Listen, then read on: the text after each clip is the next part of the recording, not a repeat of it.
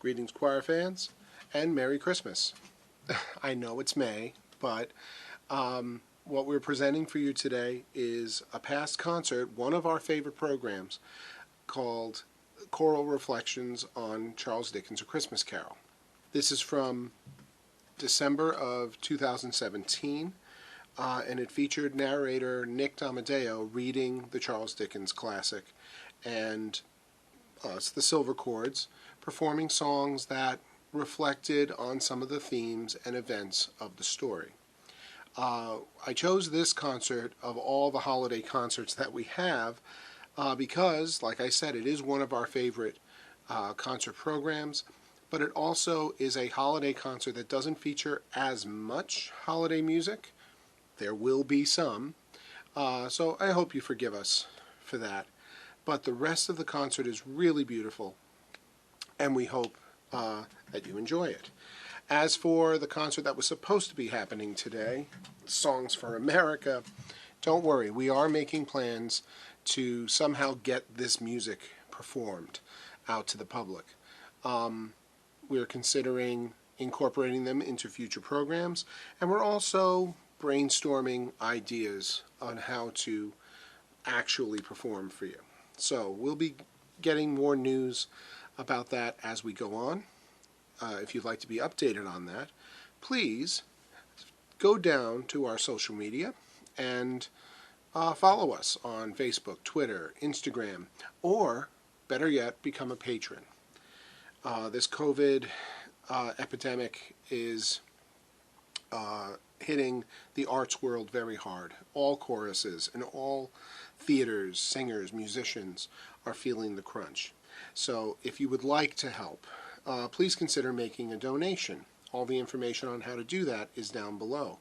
And in fact, if you would support us on Patreon, you can be an ongoing patron of the Silver Chords. And what that would mean is you would have some say into our future programs. You would get some special video content, and we would be very, very thankful to have you as one of our patrons. So, without any further ado, please enjoy Choral Reflections on Charles Dickens' A Christmas Carol. So sit back, relax, and we hope you enjoy our story. Here to narrate our story is an actor who has performed in Long Island theater all over the place. He's an excellent reader, and we'd like to welcome him to the pulpit. His name is Nick Damadeo.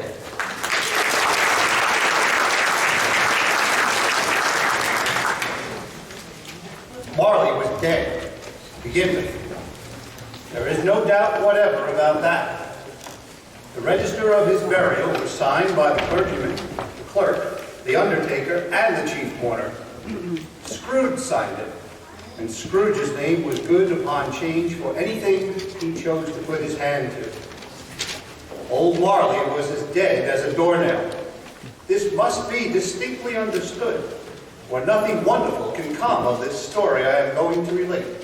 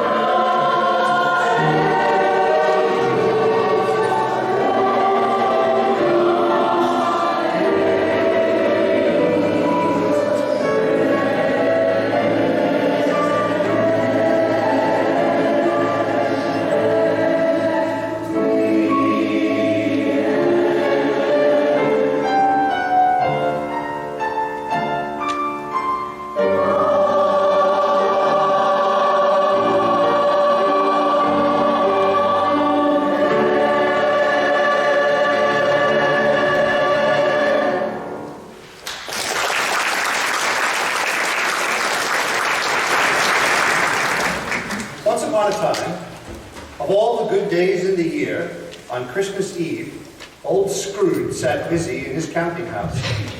"A Merry Christmas, Uncle! God save you!" It was the voice of Scrooge's nephew, who came upon him so quickly that this was the first intimation he had of his approach. "Bah! Humbug! Christmas a humbug, Uncle?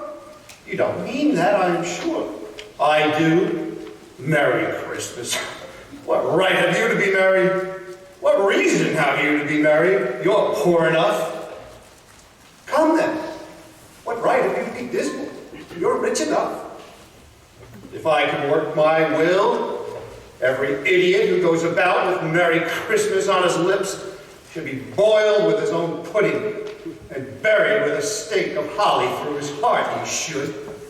"Uncle, nephew, keep Christmas in your own way, and let me keep it in mine. I am sorry with all my heart to find you so resolute. We have never had any quarrel to which I've been a party, but I have made the trial in homage to Christmas, and I'll keep my Christmas humor to the last. So, a Merry Christmas, Uncle."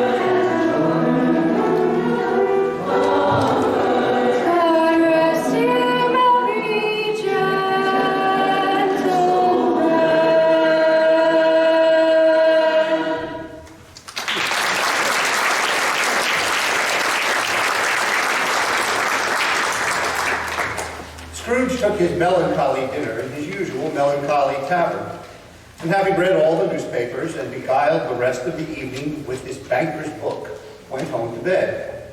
Up Scrooge went, not carrying a button for that. Darkness is cheap, and Scrooge liked it. Thus, secured against surprise, he took off his cravat, put on his dressing gown and slippers and his nightcap, and sat down before the fire to take his gruel. The cellar door flew open with a booming sound, and then he heard the noise much louder on the floors below. Then, coming up the stairs, then straight towards his door, his color changed when, without a pause, it came on through the heavy door and passed into the room before his eyes. Upon its coming in, the dying flame leaped up as though to cry, "I know him, Marley's ghost," and fell again. "How now, what do you want with me?" "Much. Who are you?" "Ask me who I was." "Who are you then?" "In life, I was your partner, Jacob Marley." "But why do spirits walk the earth, and why do they come to me?" "It is required of every man that the spirit within him should walk abroad among his fellow men. and travel far and wide, and if that spirit goes not forth in life, it is condemned to do so after death. It is doomed to wander through the world and witness what it cannot share, but might have shared on earth and turned to happiness. I wear the chain I forged in life. I made it link by link and yard by yard. Would you know the weight and length of the strong toil you bear yourself? It was full as heavy and as long as this, 7 Christmas Eves ago. You have labored on it since. It is a ponderous chain. Jacob, old Jacob Marley, tell me more. Speak comfort to me, Jacob. You will be haunted by 3 spirits. Is that the chance and hope you mentioned, Jacob? It is. I think I'd rather not. Without these visits, you cannot hope to shun the path I tread. Expect the first tomorrow when the bell tolls 1.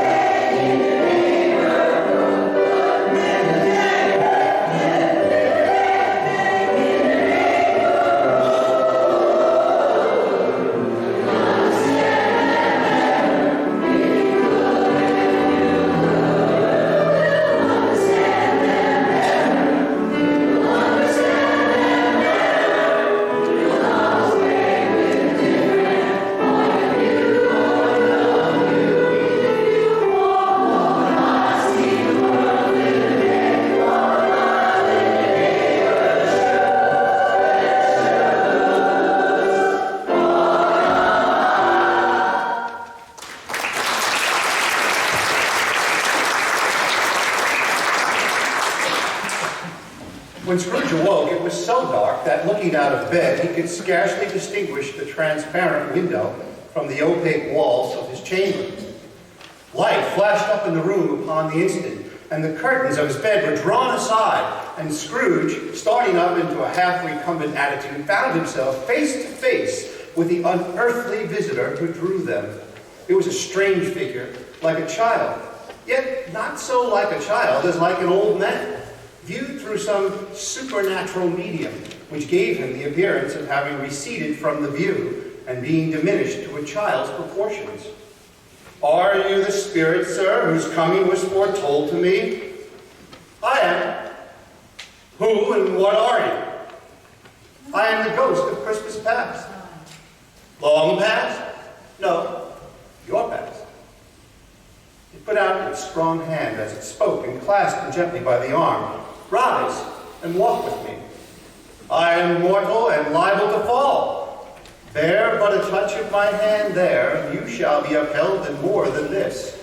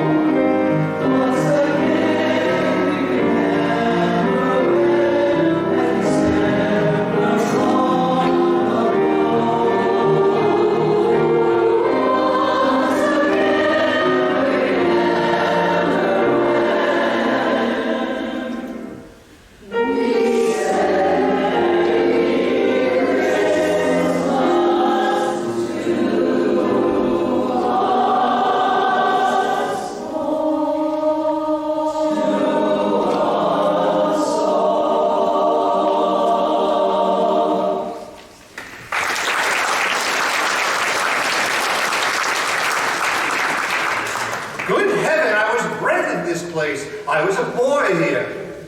Do you recollect the way? Inquired the spirit. Remember it? I could walk it blindfold. The ghost stopped at a certain warehouse door, then asked Scrooge if he knew it. No. Was I apprenticed here? They went in. At sight of an old gentleman in a Welsh wig, sitting behind such a high desk that if he had been 2 inches taller, he must have knocked his head against the ceiling. Why, it's old Fezziwig! Bless his heart, it's Fezziwig, alive again! Old Fezziwig laid down his pen and looked up at the clock, which pointed to the hour of 7. He rubbed his hands, adjusted his capacious waistcoat, laughed all over himself, from his shows to his organ of benevolence, and called out in a comfortable, oily, rich, fat, jovial voice, "Yo ho, my boys, no more work tonight. Christmas Eve, Dick. Christmas, Ebenezer, let's have the shutters up before a man can say Jack Robinson." It was done in a minute. Every movable was packed off as if it were dismissed from public life forevermore. The floor was swept and watered. The lamps were trimmed. Fuel was heaped upon the fire. And the warehouse was as snug and warm and dry and bright a ballroom as you would desire to see upon a winter's night. In came a fiddler with a music book, and went up to the lofty desk and made an orchestra out of it, and tuned like 50 stomach aches. In came Mrs. Fezziwig, one vast, substantial smile. In came the 3 Miss Fezziwigs, beaming and lovable. In came the 6 young followers whose hearts they broke. In came all the young men and women employed in the business. In came the housemaid with her cousin, the baker. In came the cook with her brother's particular friend, the milkman. There were dances, and there were forfeits, and more dances, and there was cake, and there was negus, and there was a great piece of cold roast, and there was a great piece of cold boil, and there was mincemeat pies, and plenty of beer.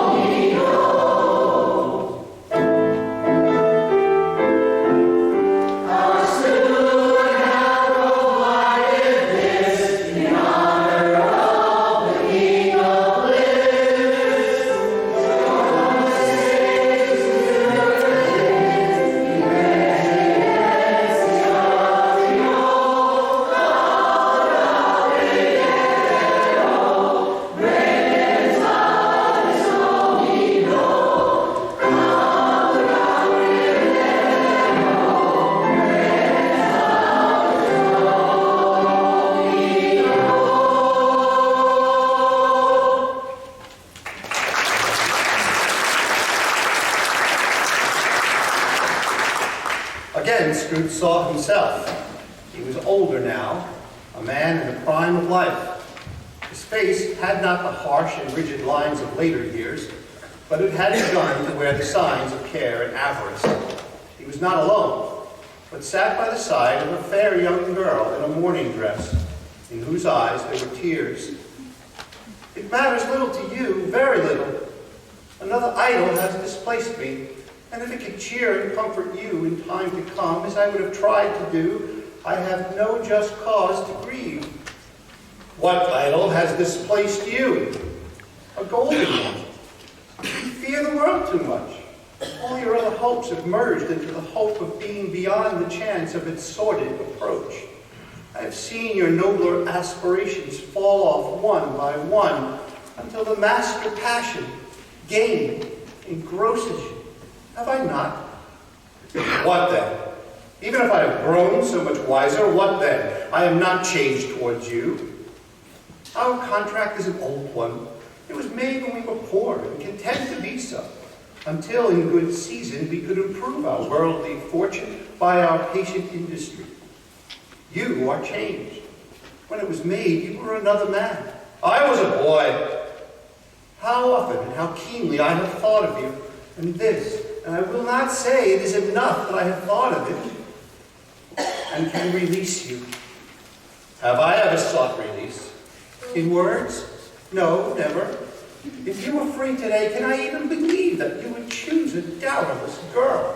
You, who, in your very confidence with her, weigh everything by gain?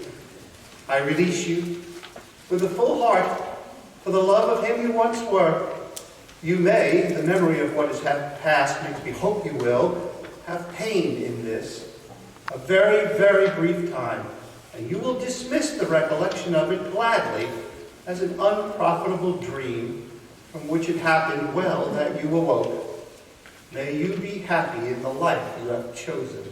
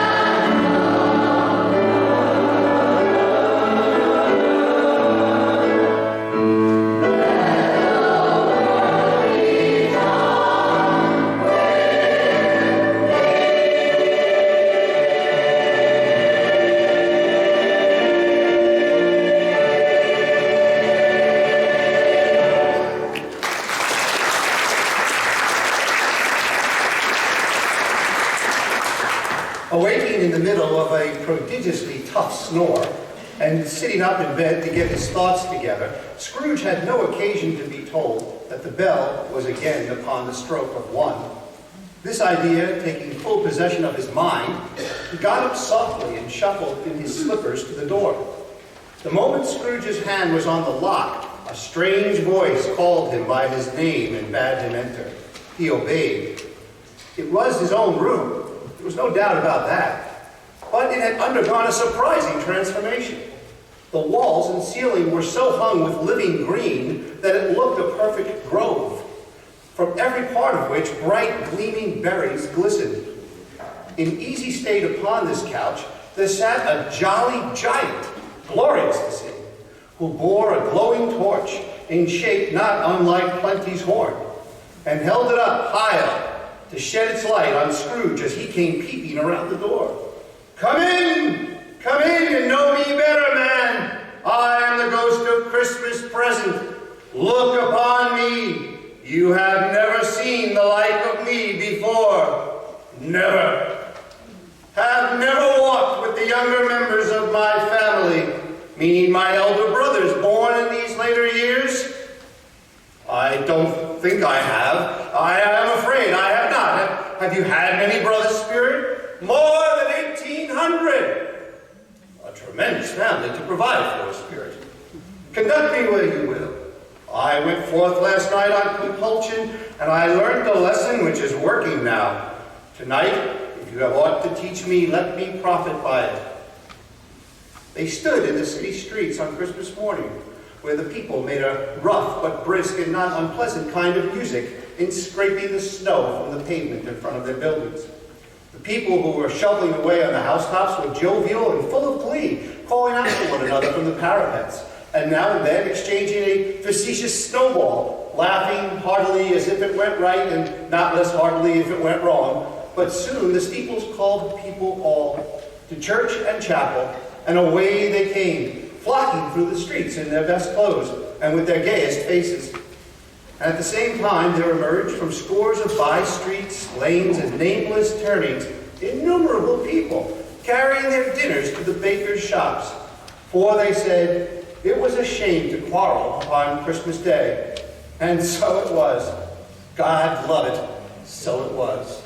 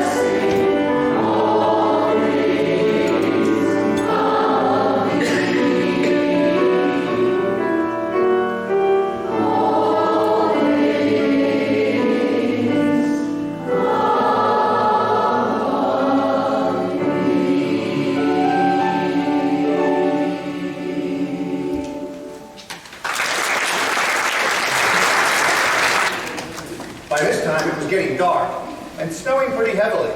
And as Scrooge and the ghost of Christmas present went along the streets, the brightness of the roaring fires and kitchens, parlors, and all sorts of rooms was wonderful.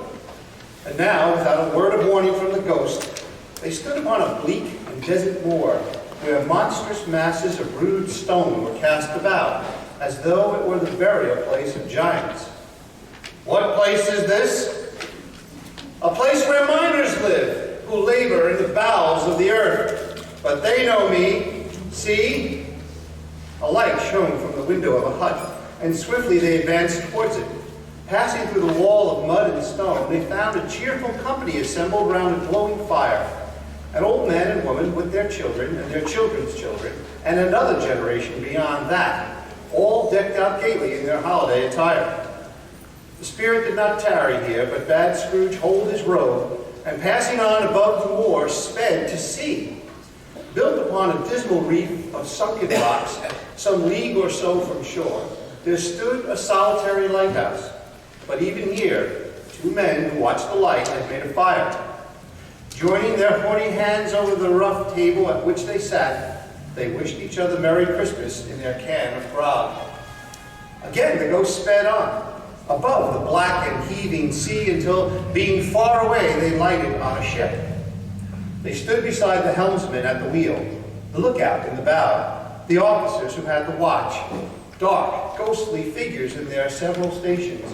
But every man among them hummed a Christmas tune, or had a Christmas thought, or spoke below his breath to his companion of some bygone Christmas day, with homeward hopes belonging to it. It was a great surprise to Scrooge.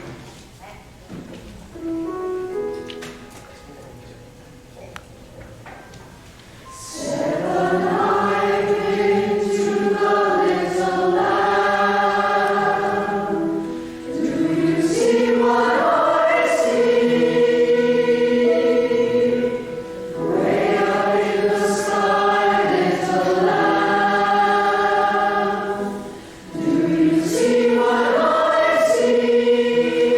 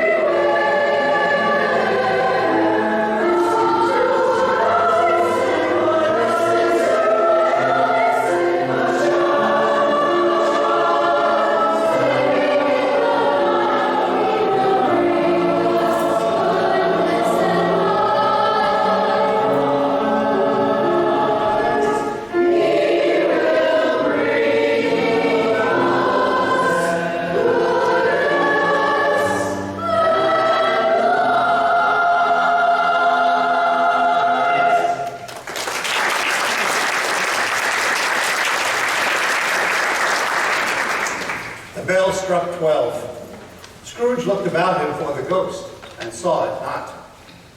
As the last stroke ceased to vibrate, he remembered the prediction of old Jacob Marley, and lifting up his eyes, beheld a solemn phantom, draped and hooded, coming like a mist along the ground towards him. The phantom slowly, gravely, silently approached. It was shrouded in a deep black garment which concealed its head, its face, its form, and left nothing of it visible save one outstretched hand. I am in the presence of the ghost of Christmas yet to come. The spirit answered not, but pointed downward with its hand. You are about to show me shadows of the things that have not happened, but will happen in the time before us? The upper portion of the garment was contracted for an instant in its folds, as if the spirit had inclined its head. Ghost of the future, I fear you more than any specter I have seen. But as I know your purpose is to do me good, and as I hope to live to be another man from what I was, I am prepared to bear your company and do it with a thankful heart. It gave him no reply. The hand was pointed straight before them. Lead on. The night is waning fast, and it is precious time to me, I know. The spirit stopped beside one little knot of businessmen. No, I don't know much about it either. I only know he's dead. When did he die? Last night, I believe. Why? What was the matter with him? I thought he'd never die. God knows. They left him to be seen and went into an obscure part of the town where Scrooge had never penetrated before, although he recognized its situation and its bad repute. What odds, then? What odds, Mrs. Dilber? Every person has a right to take care of themselves. He always did. That's true indeed, young man. No more so. Very well, then. That's enough. Who's the worse for the loss of a few things like these? Not a dead man, I suppose. No, indeed. If he wanted to keep him after he was dead, a wicked old screw, why wasn't he natural in his lifetime? If he had been, he'd have somebody look after him when he was struck with death, instead of lying grasping out his last there, alone by himself. Spirit, I see. The case of this unhappy man might be my own. My life tends that way now.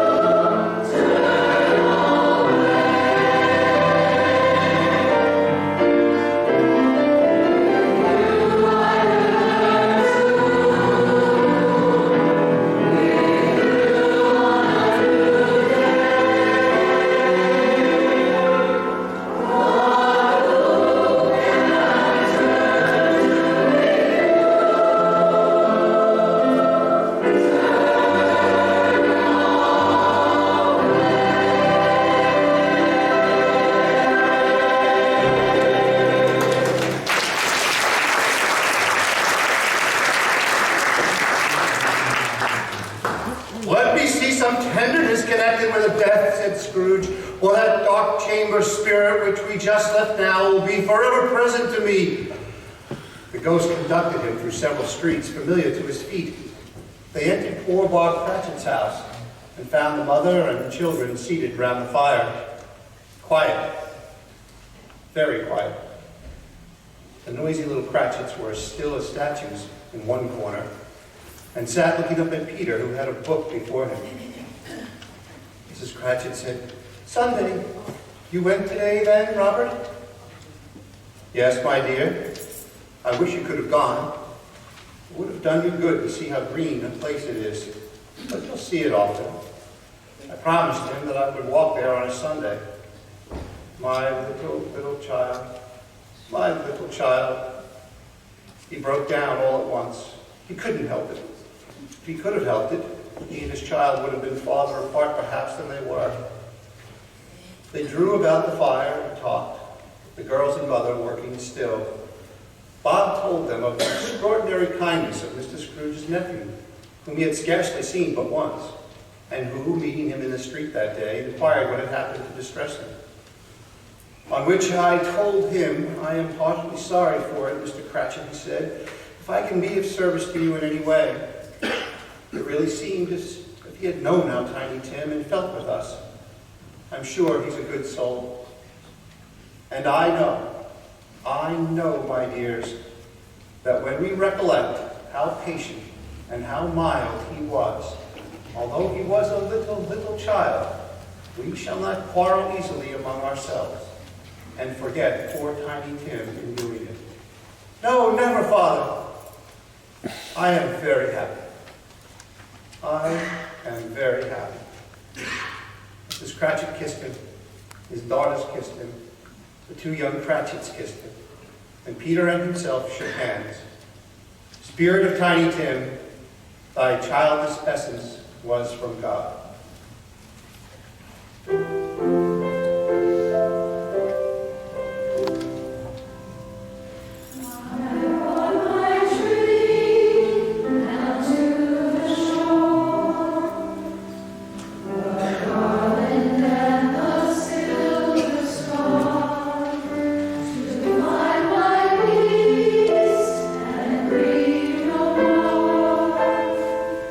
This place inside my heart.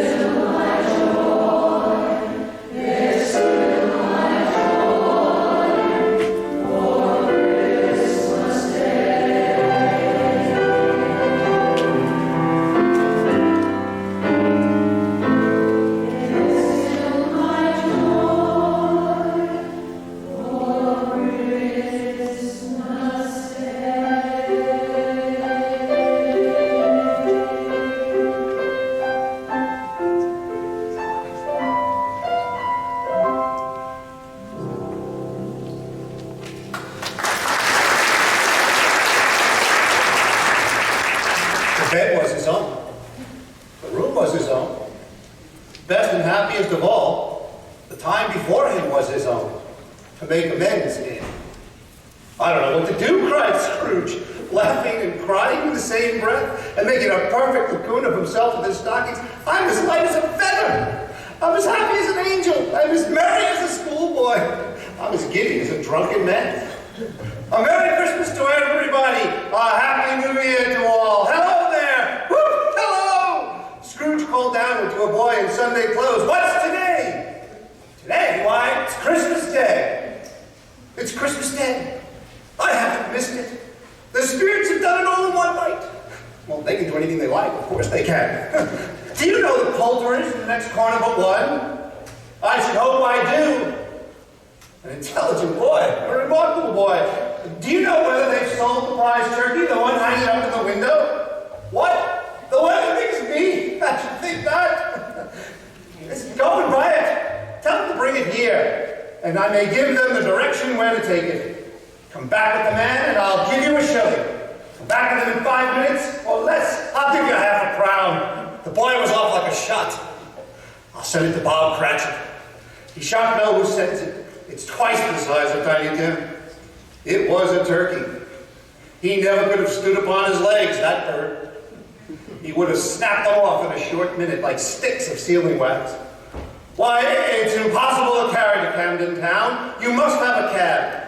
The chuckle with which he said this, and the chuckle with which he paid for the turkey, and the chuckle with which he paid for the cab, and the chuckle with which he recompensed the boy, were only to be exceeded by the chuckle with which he sat down breathless in his chair again, and chuckled till he cried.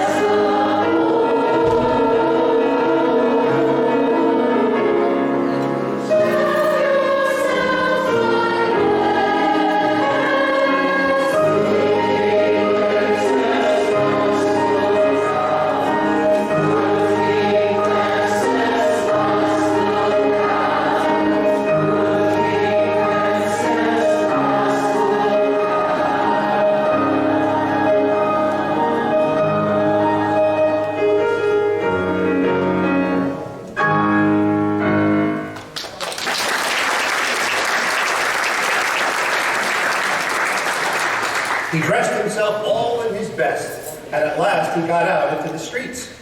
The people were by this time pouring forth. as he had seen them with the ghost of Christmas present. And walking with his hands behind him, Scrooge regarded everyone with a delighted smile. He looked so irresistibly pleasant in a word that 3 or 4 good-humored fellows said, "Good morning, sir, Merry Christmas to you." And Scrooge said often afterwards that of all the blithe sounds he had ever heard, those were the blithest in his ears. He went to church and walked about the streets and watched the people hurrying to and fro, and patted children on the head, and found that everything could yield him pleasure. He had never dreamed that anything could give him so much happiness. In the afternoon, he turned his steps toward his nephew's house. "Is your master at home, my dear?" "Yes, sir, he's in the dining room, along with mistress. I'll show you upstairs if you please." "Thank you. He knows me. I'll go in, my dear." He sidled his face in around the door. "Fred." "Why, bless my soul!" cried Fred. "Who's that?"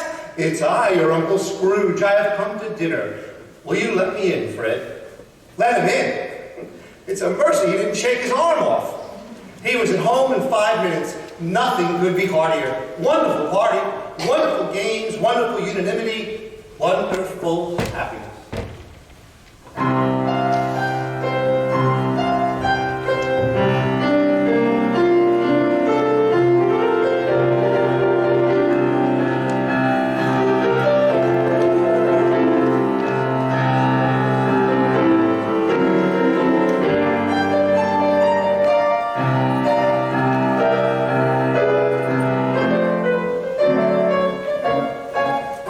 It's beginning to look a lot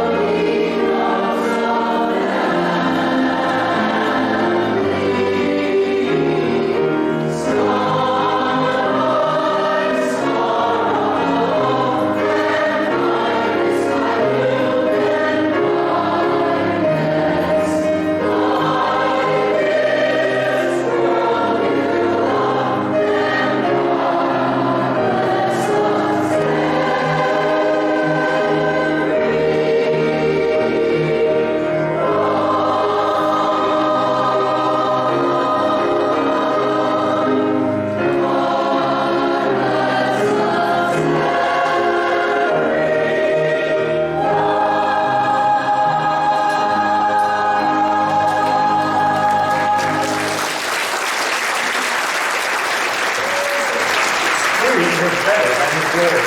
He did it all, and infinitely more. And to Tiny Tim, who did not die, he was a second father. He became as good a friend, as good a master, and as good a man as the good old city knew, or any other good old city, town, or borough in the good old world. Some people laughed to see the alteration in him, but he let them laugh. His own heart laughed, and that was quite enough for him.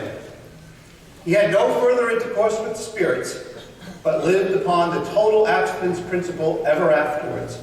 And it was always said of him that he knew how to keep Christmas well, if any man alive possessed the knowledge. May that be truly said of us, and all of us. And so, as Tiny Tim observed, God bless us, everyone.